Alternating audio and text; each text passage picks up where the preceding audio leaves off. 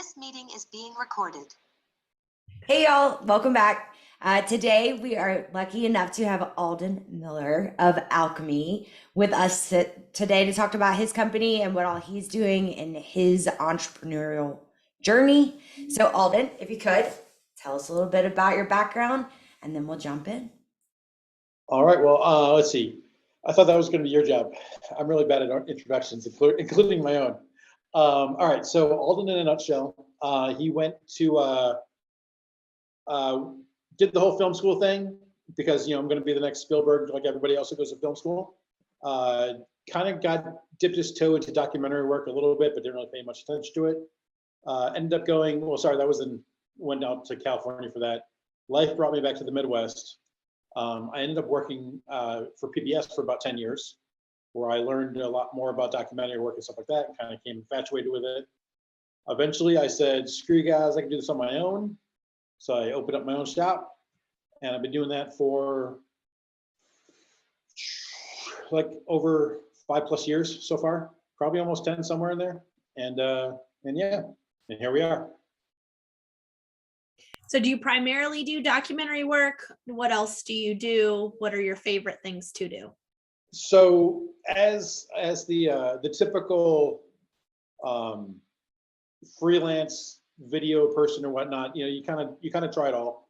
Mm-hmm. And I've landed on documentary or unscripted type work because that's what fascinates me the most. I'm sure that the PBS aspect of it had a really big part of it. But yeah, so we did that. And I tried some other things, but it wasn't as cool as this stuff. And when I went to school, like I was doing narrative work, like scripted work, kind of like what you see, when you go to the movies. And I kind of got fascinated with the idea that I started just meeting all these entrepreneurs, like in my area.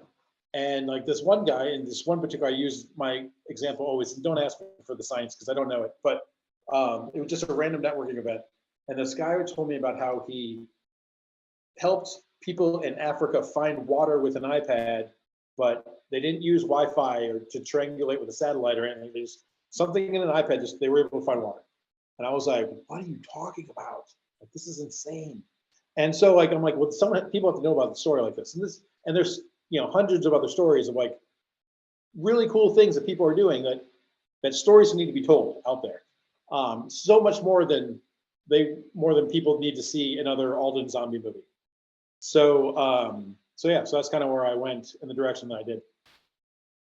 So funny you say that, because that's exactly what made us start the podcast. Was we, much like you, are fascinated with people's stories, and we both feel like when you hear someone else's story, it makes you inspired. It makes you feel less crazy whenever you're pursuing something that's, intense or different. But oh my gosh, I will literally watch a documentary on anything, like literally anything, even if it's something I have absolutely no interest in. I am all of a sudden fascinated. I want to learn every little thing. All of my subscription services, when I open them, it's like documentaries recommended for you, because I watch all of them, like all of them. And then there's me, I'm the complete opposite. I'm like, ooh, it has to be something that actually interests me, or my ADHD takes over and you've lost me in the first like 30 seconds of a documentary. So with PBS, when you started with PBS, I'm assuming you did majority of like documentaries with them as well, or what were you doing with PBS? So the station that I worked at happened to be on a college campus. And so our work was kind of split up into two. So I'd say like 75–80% of our workforce was college kids. And so my job, I was like the cat herder of all the college kids. And so we would send them on like assignments, almost like a journalist kind of thing, like, oh, go do a story on this or go do a story on that. And then, oh, here's the football team, and go cover their game and, hours away from thing, blah, blah, blah. And so we had a show where we did that. But on the side, we were doing other local programs within, I'm in Missouri. And our station covered the edge of Kansas City to the edge of St. Louis, just basically everything in the middle. And so we covered all those little stories. And so there was a lot of government things, a lot of ag things, and some other stuff like that. And so, yeah. And so it's just more of like kind of a two-pronged thing we were working on. And when you were there, you had other ideas of what you wanted to do in regards to like where you wanted to take your own vision, or were you just like, I'm sick of working for someone else, I want to work for myself? Kind of a bit of both. There was, I really learned a lot, kind of the nuts and bolts of storytelling there. And it was, a lot of it was, there's a lot of self exploration and self-taught things. And just because I was with the stuff like 24/7. And so, all right, well, now we're going to do it this way, or now we're going that way. And then a totally different story. And like, we were having like, 3-5 different videos or different stories and essentially little documentaries every week. And so just those reps of doing 3 to 5 stories every week, multiplied by 10 years, is a lot of different stories. And so, yeah. And so eventually, I was like, why do, it was more of a thing of like the outgrowing of the thing. Like there wasn't more for me to do there. And I'm like, why am I still here? I need to go off and do other things, that sort of thing. I ended up having a child right around that time. And I was like, hey, you know what? I have a newborn. Probably the best thing for me to do is to quit my full-time job and start a new company. That's what I did. I mean, yeah, that's most people's first thought, there's a Yes. baby here. I should probably quit my job, try something different. That's how I roll. Love a challenge. So when you first started out, were you doing a lot of contract work, or were you doing more of what you wanted to do? Like, how were you paying the bills when you first started out? I'm not sure. No, it was the funny thing about this, and this was kind of like, I might have been trying to save this to the end, but I tried to do my due diligence. I'm like, okay, you can't just walk out and just start, people aren't going to just be throwing you jobs and that sort of thing.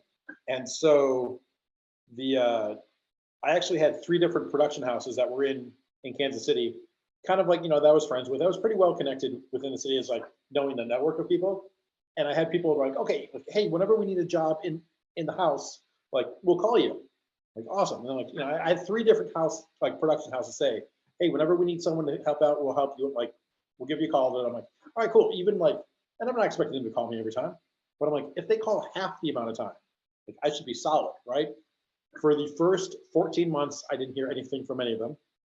And so it was just a matter of just like digging, true grit, going through the things. And so the first year obviously was very rough, but we got through it. So, Okay. just kind of digging up like just, the cold calling and things like that, exploring your network to get what you need to get by for those first year or two. Yeah, so that was going to be my follow-up question to that was, so how did you get business during that time? Did you market your new business? Did you do the cold calls? Did you do networking events? Like, how did you get your name out there? And what does cold calling look like for a production company? So it was cold calling. Like I may not be using the term that well. Like, I'm cold calling like my network. So I mean, like, hey Joe, like, are you looking, like, do you know anyone needs some business? Or like that kind of thing. So like, it's not completely cold, it's like very lukewarm bathwater calling. But so there's that. But I spent the first 2 or 3 years, like, I was hardcore in every networking group. I was in a BNI equivalent group. So like meeting every week to go do the things. And so I got some work from there and like some work from other places and stuff like that. And so like a third of my work was from like those like networking groups. A third was just for me calling my friends. And then another third was like just random happenstance. Eventually you start to build a little bit of a name. So that kind of helps. So did you do any digital marketing for your company when you got started, or Craigslist ads or Facebook or anything like that, or really just focused in on those word of mouth? I did social media. I didn't do any ads. Okay. I really just did like the social media, like announcing, hey, look at me, I'm cool, this is what I'm doing. Those kind of things, but really just, kind of old school, like just, hitting the pavement, going around, telephone wise, that is. Yeah, pretty much it. Because I didn't have any money to throw ads for anyway. So what, Right. it's kind of a, you know, So for it's kind that of a first slippery slope. 14 months, when you're just hitting the pavement, like you said, Yeah. how were you able to pay the bills? How were you like, what were you like doing just small projects here and there, just trying to scrape It up was, everything you could, or it was just a lot of small projects, and getting paid. I mean, you start out from the bottom, so you know it is what it is. But you know, you take what you can get at that time. And so it's just a matter of like doing quick, dirty jobs to get things, video jobs to get things going. Um, and then like after about a year or two, or I'm sorry, 2 or 3 years in, I decided to like, I had a little bit of a window, like, okay, I had like 5 or 6 weeks where like a breathing room that like I wouldn't have to worry about clients. And so I decided to do something crazy. I did like kind of like this big mini campaign, and it was kind of an alchemy campaign, but I mean, it was, you know, Alden is alchemy and alchemy is Alden at that time. And so it's kind of one and the same. And so I did this big campaign where I did 30 documentaries in 30 days. And so what I did was I just kind of reached out to everybody. I'm like, hey, do you have like, you know, any cool stories to tell or whatever? So I kind of reached out to nonprofits, reached out to other people in the area. I tried not to do like jobs like legit jobs that I could get money for. Like I was trying to cover off other people's things. I did some city events and things like that, and I just, you know, knocked out like a crazy amount of stories, and I got a lot of press. That's Because who the hell is genius. stupid enough to do 30 documentaries in 30 days? That's genius. So how long were these documentaries? I'm assuming short. They were like in that like 3 to 8 minute, or Yeah. sorry, 3 to 5, 7 minute range.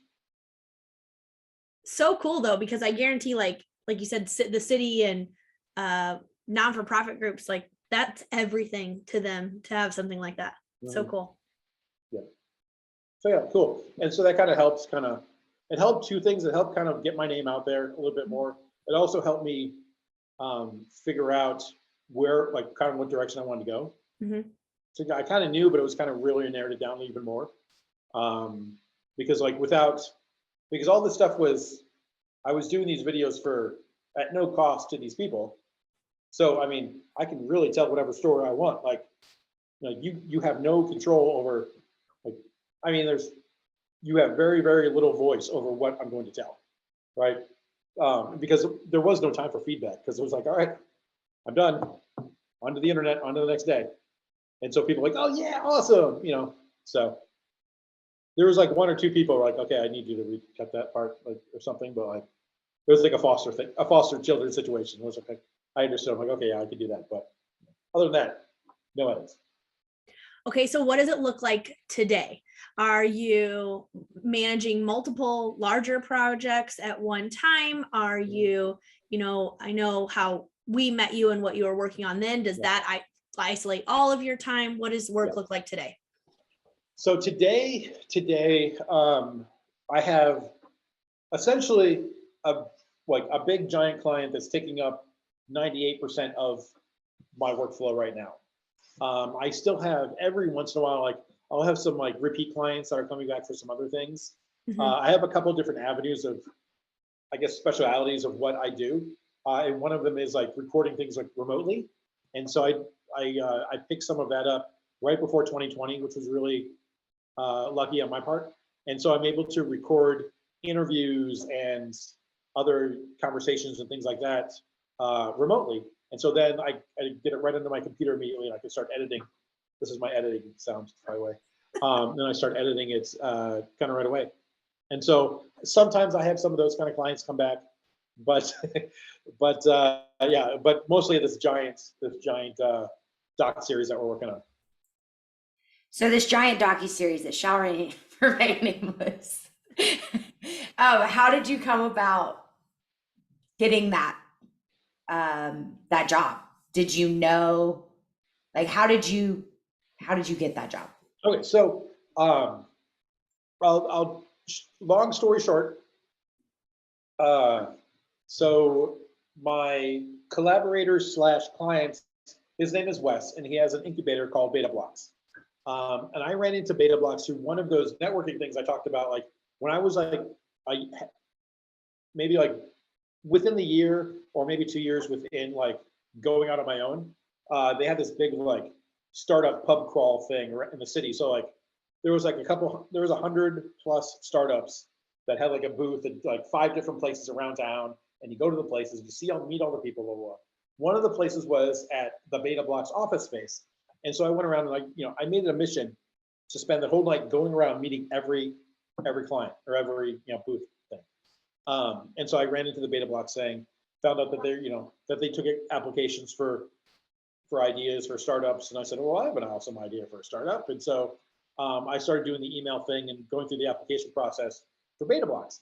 And then so I was emailing the West back and forth, and eventually we met up for in person, and they met in the caves. There's this cave system, which happens to be like an office space in Kansas City, some natural caves and stuff like that they do.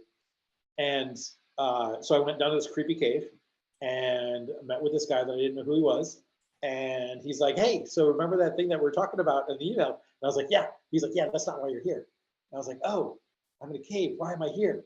And so then we talked about some other stuff. And it ended up being a really great opportunity to kind of barter what we were doing with what I was doing was helping startups get some videos out there and things like that. And I was able to go through the entire Beta Blocks curriculum by just, by helping them out. And so I kind of like came into that family, and that was like 8-9 years ago. And so since then I've been working with Beta Blocks companies, doing things like that. And then we turned things on more of a virtual capacity, and because of 2020, and then we're trying up a different direction. And so here we are doing a doc series on it. So when you started with Wes, you were more of a one-man show. It was just Alden. But how are things now? Is it still just Alden, or do you have a team? Alden is like the only full-time employee. I do have 1 or 2 part-time employees, and then the rest is contractors.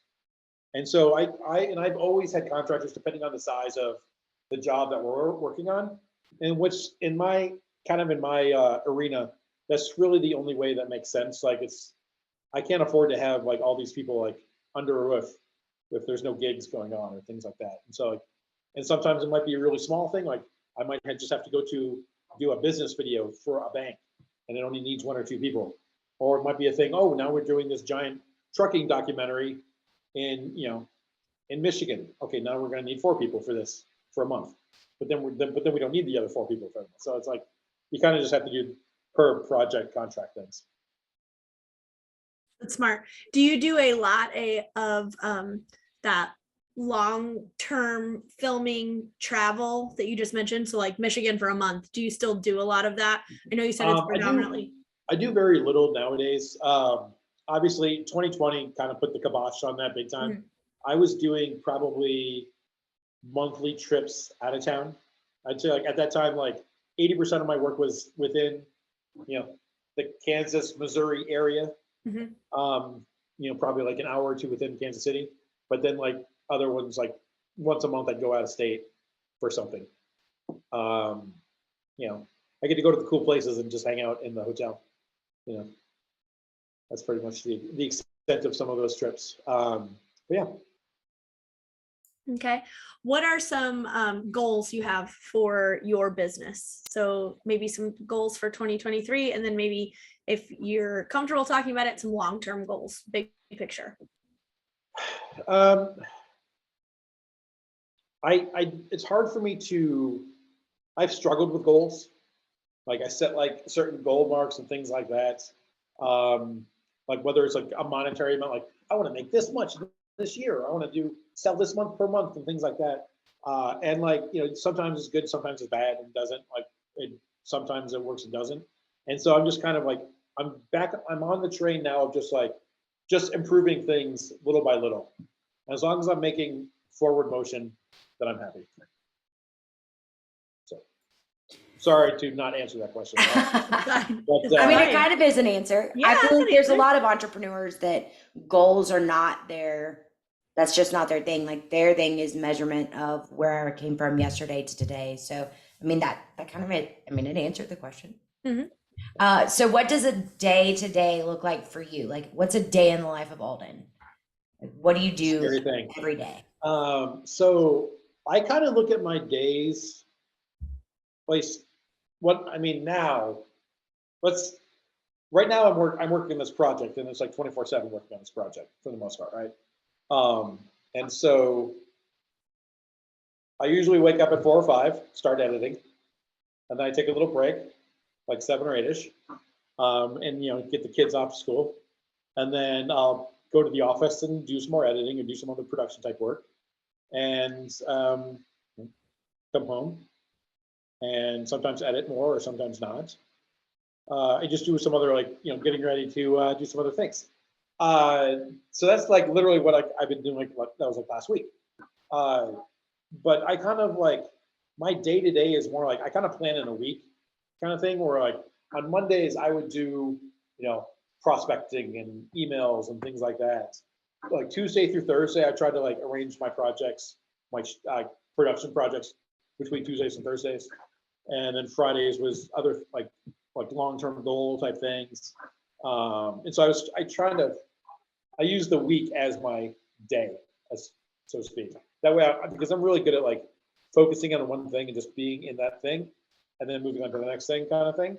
And so if I'm like answering emails and then trying to shoot something and then trying to edit something, and then like trying to do a phone call, like in one day, just it's a shit show. So I feel that.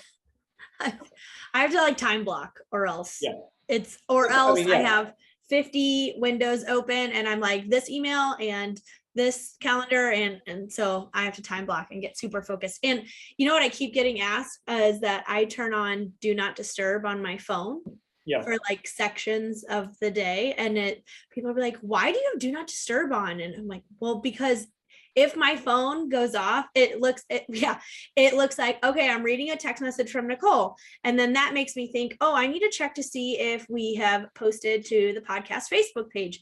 And then I get on Facebook and I open Facebook and then I'm distracted by, little Susie's son. And then I'm like, you know what? I saw a TikTok about this. I'm going to go check out that and see if, I need to answer her question. So I'm going to go find the TikTok. And then that results in me watching an hour of TikTok. So there's that. So I feel that, Alden. That makes sense. Yeah, I need to do the do not disturb thing on my phone more often. Yeah, people really get offended by it though, because they think you like directed it at them only. And that's not really how it works. But I have to, or else I'm just too squirrel, that's me. Yeah. Okay, so you've talked about what it's like when you're in editing mode, but obviously we met you in production mode, and we know Alden on a mission is Alden on a mission. Like you don't mess with Alden on a mission. So can you kind of explain what production mode is like versus editing mode? So, ask me that. Can you ask me that again, a different way? So so we know like editing, you said you wake up, you edit, you kind of. What about production mode do you want to know? Like what is a day in the life of production? How does that? Okay, cool. So say whether it's like a show that we're shooting for a week straight, or if it's just like one day of shooting, it's kind of like you've already done pre-production stuff, which is a lot of organizing type thing, emails and things like that, just making sure you have all the ducks in a row. Because once the shooting starts, and this is just across all levels of filmmaking and probably other areas too, but once things start, something will be missing, something will be broken, something will be wrong, like one thing will be missing or one thing will be bad. And so you just have to figure out how to make it work. Because in my world, like production is really just problem solving. Like, yeah, we're trying to tell a story, but there's always something going on that we need to solve. And so, making sure we have all the possible things taken care of. And then, so we start up, that usually means I or someone is waking up super early before people get going, because we have to be there on set, ready to go before people start walking in the doors or wherever they are. And we're usually rolling our cameras at that time. And so we're there an hour or two before that. and just kind of keeping track of the day, and just monitoring everything. In my case for the show, like I'm more of a director producer role, and so I have 7 other shooters kind of running around managing their little groups and things like that. And so I'm half, part of me is like putting out fires that they're causing. Part of me is doing my own storytelling that I'm doing over here. And then some other, like, other random stuff that pops up, and just being adaptable. How many hours go into preparing for something like that? So obviously, a lot of people don't see behind the scenes. They don't realize what's gone into actually making this happen and making it, like bringing it to life. So how many hours would you say on average? I guess it wouldn't be like set. So I would say, like, if we're talking like a 1-day shoot or a 2-day shoot, probably half a day, easy. And so if we're talking about a week-long shoot, probably a number of days. So maybe a good guesstimate would probably be whatever the production time is, half that time is spent in pre-production. And whatever, like, you spend as much as you can in pre-production, because that directly affects how much time you're going to spend in post-production. So because if you have all your ducks in a row and everything is smooth, then your post-production, your editing goes smooth. But if you don't have anything going on, if you just kind of walk on the set with like no idea what's going on, no plan, then you're just shooting everything, and then it's a nightmare after that. And this goes the same thing. Like, say we're going to shoot like a 30-second spot for a client, but the client didn't give you an actual script. They said, "Oh, we have the thing. We want to shoot a couple of things here and there." And like maybe they came up with like spitball a couple like bullet point ideas, and you have like a bullet list walking in. And so yeah, you go shoot that bullet list, but you have to make a lot of decisions on the fly at that point. And even then, it's going to wreak havoc afterwards, because it's not like you can just run back and shoot some more. Right. So speaking of the after editing, yep. I remember thinking while we were there filming our episode, or our season, I remember thinking about the amount of content you were receiving, like basically on an hourly and daily basis. So like you said, there were at any given time a minimum of 7 cameras rolling, and in most rooms there were multiple cameras, so you're getting footage from multiple. So how do you decide what is usable and what's not? And I'm guessing some of that goes into what you just said about the pre-production, like you kind of have a narrative that you're looking to achieve, so you pick the things that will fit that. But I can only imagine that when you're working with I don't know, let's say 66 businesses and multiple production crew, that the narrative may end up going in a different direction. Like, how do you decide in the editing, like what to use, what not to use, what's good, Yeah. So if we're doing a scripted program, whether it's like a film, a feature film or something like that, like there's an actual script kind of thing where we know what's going to happen and we know where the camera's supposed to be exactly at every time. They usually do something what they call like a 5-to-1 shooting ratio. So like maybe they do 5 different takes, or for every 5 minutes, there's going to be 1 minute of screen time or something like that. Documentaries in general have a much higher rate, because sometimes you don't even know what you're shooting. Like even if it was a documentary on like cows in Nebraska, like you're going to be shooting a lot of cows, and like maybe the story's only an hour long, but you're going to be out there for days shooting cows. And so like you're going to be like, it's going to be like a 20 or 30 to 1 ratio of hours that you're going to see things. A show like what we're working on with different cameras running all over the place, we have a general idea what we're going to do or what we know. And a lot of that, like you said, it's like multiple cameras from different angles. Like there's like at the end of the day, we have 10 cameras rolling at our, the championship thing. And so we have to sync all that up and stuff like that. So it's not like I have to watch something 10 times. So I do kind of, but I don't really, but I can just watch it, once and choose the correct angle that we need at that point in time. And the same thing with the little pods of 2 cameras in each room. But also the reason that we're shooting all those things is because you also don't know what's going to happen. And so, maybe, business 43 and room 7 is doing something really cool, which we weren't expecting to happen. Like, we don't know exactly how the conversation is going to go in every room, because there's 12 different conversations going on in that whole afternoon in like 7 different rooms. And so yeah, so there is a little bit of like, just have to hunt after the fact. And so that obviously takes time, just because Right. sometimes you just have, I mean, even if you're watching and fast forward, but you still have to watch it. So. Do you go through daily and pick out things that are like, oh, well, this happened today, and kind of like write it down, like to when you go back to edit, you're like, oh, I remember this happened. We want to use this, or is it literally you wait till you wrap and you're watching No, all that footage at that point? So it's kind of a mix of both. Like, in a perfect world, we have our camera teams. We're pretty small. I mean, we're kind of big, but we're kind of a small production force. And so each one becomes like what we call a field producer. And so, which means like they have to make their own they kind of have to make their own decisions on the fly of like what they see, what they're going to shoot, and that sort of thing, because I can't be everywhere at once telling them what to do. And so they have a little notebook, and so they can say, oh, look, Nichole said something really awesome in her one-on-one consultation today. And so we have these little booklets. And so while we're editing, we go to the day, like, oh, look, okay, keep an eye out for Nichole's really amazing comment. Okay. And then things like that. And so we kind of know what's going on, because we're going to get to that like 2 or 3 weeks after the fact of what's going on. So when you're watching it, it is kind of funny how much you do remember while you're watching. Like, oh yeah, I remember that. And she dropped the pencil, and it was this, and like the stupidest things you remember. But also, you know, the fact that like you weren't everywhere. Like, there are some people like that went and go like, I don't remember conversations. There's someone that went through. I was commenting to the other editor. I'm like, I never saw that person in my life.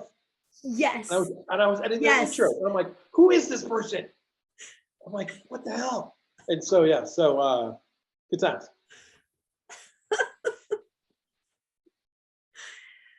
Oh goodness. I could see that being a common theme. I thought it was just us that I thought had it was just that us. thought, but that does make me laugh very hard that you also had that thought in different Well, things that you have done that you're like, I don't know who this person is. Yeah, Let's give her a featured role. Exactly. I mean, just because everyone can't be everywhere at once, kind of thing, and there's many different hands doing this thing. We have like Cassie and Maddie do a lot of the casting things, and so they know all the people. Like, I don't get to meet the people, and I try to reach out ahead of time, but I'm just a random email when I first meet these people. And so I don't even know who they are, and they don't know who I am until they walk in the door. And when they walk in the door, they're so starstruck, they don't remember anything. So they don't know who I am. Like, I've had people like on like day 3 or 4, like ask me, who's this Alden guy? I'm like, what do you mean, who am I? Like, so it's kind of fun. Like, I'm the one that's going to make your life a living hell if you don't know who I am. Yeah, so good times. Okay, so funny, do you? There's so many people walking in and out that, yeah. I could see that. I really could. So give us a good story, Alden. It doesn't have to be from this show currently, or it can be. Give us a good, like, documentary story or surprise that you had while shooting. Unexpected. Unexpected surprise.